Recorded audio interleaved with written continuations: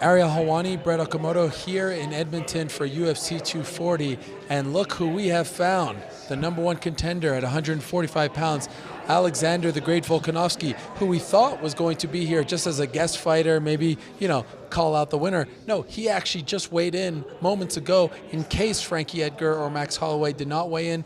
Luckily for them, they did, so it seems like he's off the hook. But Alex, Brett and I have a lot of questions for you here because you just kind of snuck in through the back door. First of all, when did this all come about that you were going to come here as a replacement fighter to weigh in? Well, I've straight after the fight, and then once we obviously heard the news of them taking this fight, I said, look, I'm going to be there and I'm going to be ready.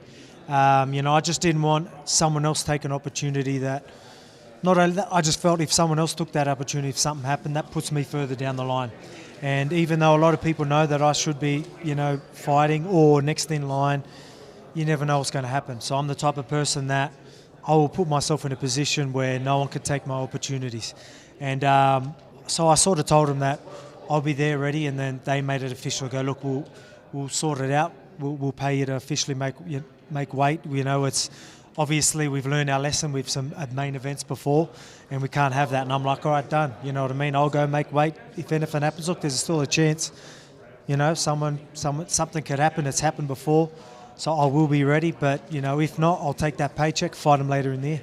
And so I understand your journey to get here from New Zealand to Edmonton has been hellacious. Could you break it down for us? Yeah, that was a bit of a travel. Look, it was just something that, again, we got told that it was officially going to happen not that long ago, but the way we had to go about the visa, we had to do an ETA and all stuff like that, and we didn't get it in time. So the night before I had to travel, pretty much everything changed. So I had to drive through the border. So I went from New Zealand to Sydney, pick up Joe. Then we went to San Francisco, then San Francisco to Seattle, and then Seattle to Vancouver, drove through the border because I had to do the visa on the spot with everything, but just because I just ran out of time and they couldn't do it. I couldn't do it that way, so I had to drive through the border, which, mate, I didn't get pretty much a wink of sleep the whole time, and then had to fly from Vancouver to Edmonton. So it was about 37 plus hours travel. And mate, it rocked me, it really did. It left me very heavy as well. I don't know why. I was just heavy all week because of it. My back was killing me just from sitting like that. But it rocked me. But, we got through. And now obviously that's why it took me a while to come and chat to you. I wanted to rehydrate a little bit, get my voice back a bit. Still out a bit, but, I feel a bit better, but I sound a bit better than you, so that's all right. Yes. And just one more for me. How are you feeling? We remember that scary incident, the health. How's your foot? Yeah, that's all good, man. A couple of weeks after that, I was pretty much doing what I could. I was doing what I could the next week. Okay. Again, I'm a pretty professional guy. And, if I can't use one leg, I'll use the other. Or, you know what I mean? I'll sit down and find a workout that way. So I wanted to be ready for this fight. Just in case something happens, they wanted me to fill in. Or there's still a chance that something happens, they want to fight in Sydney, or they do fight, they want a quick turnaround, fight me on that Melbourne card. Mate, that's, me. Take this paycheck, let them fight, let, whoever win, build up a bit of fight. Even for me, I'd rather my own promotion around my own title fight. Mm-hmm. And what better card to do it than Melbourne back home? So obviously it's a quick turnaround for one of them, but they have threw it out there that they'll be happy to do it, and I believe that's what the UFC want. That's what I want. I think that's what the fans would love, especially in Australia, and we'll fill that stadium 100%. The backup to the main event is such a unique thing in this sport to me, and I get why they're doing it, right? I mean, they've had some events follow through, and the backups have been necessary, but as the guy who's actually doing it, as the guy who is going through that process, and it sounds like, listening to you talk, that maybe you didn't even really want to fight, that you would have this week. You of course, would have taken that opportunity, yes. But it'd be great to wait and just have that fight in the stadium in October. So as you're going through 37 hours and you're cutting weight, are you actually thinking about, I hope I fight, I'm ready to fight? Or Look, I'm the type of person I will put myself in a position where I'm always going to train hard. There's a chance of me fighting, so I'm going to make sure I can go 5 rounds. I'm a professional type of guy.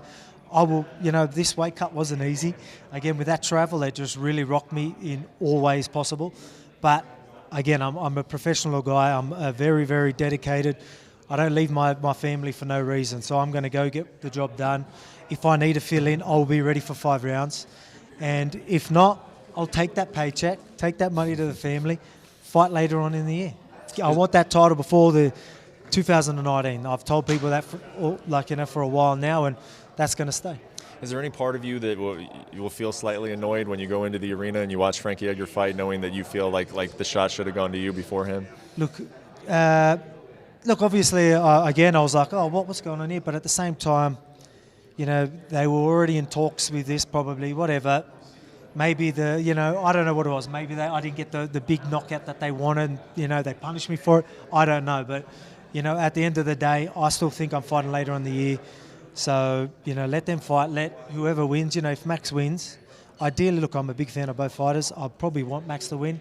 I think that's a bigger draw for me. And, that'll be even bigger for the legacy, as people say. Mm-hmm. Get him back on the winning circle and then take him out while he's on top, while everyone thinks he's invincible again. That just makes me look like a real superstar in the division. That will really work well for me. So I believe that this could work out to a perfect 2019. So, as they say, you know what I mean? It's just, we'll see what it is. As Bless would say, As Bless would say, yeah. The last thing for me is, can you be an analyst for us, and how do you think the fight's going to go on tomorrow?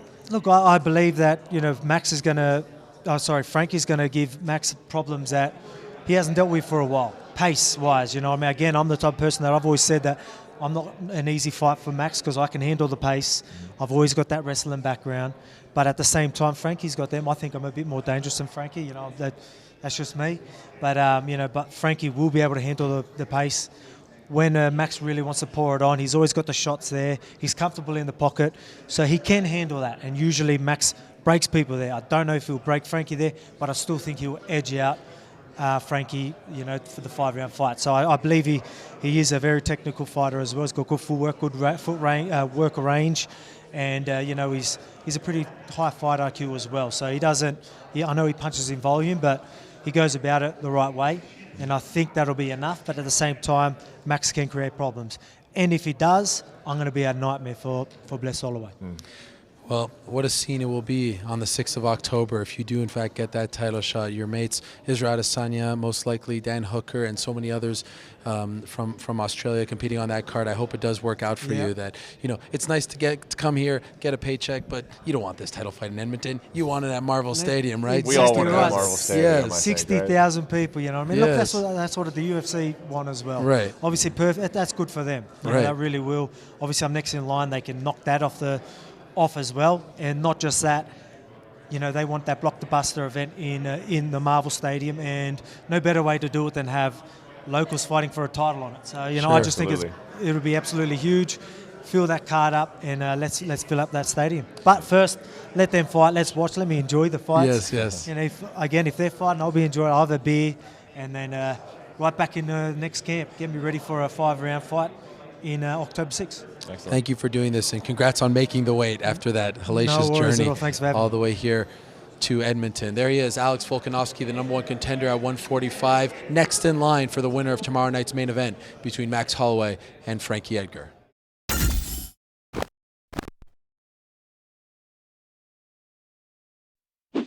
Thanks for watching ESPN on YouTube. For more sports and analysis, download the ESPN app, and for live streaming and special content, subscribe to ESPN+.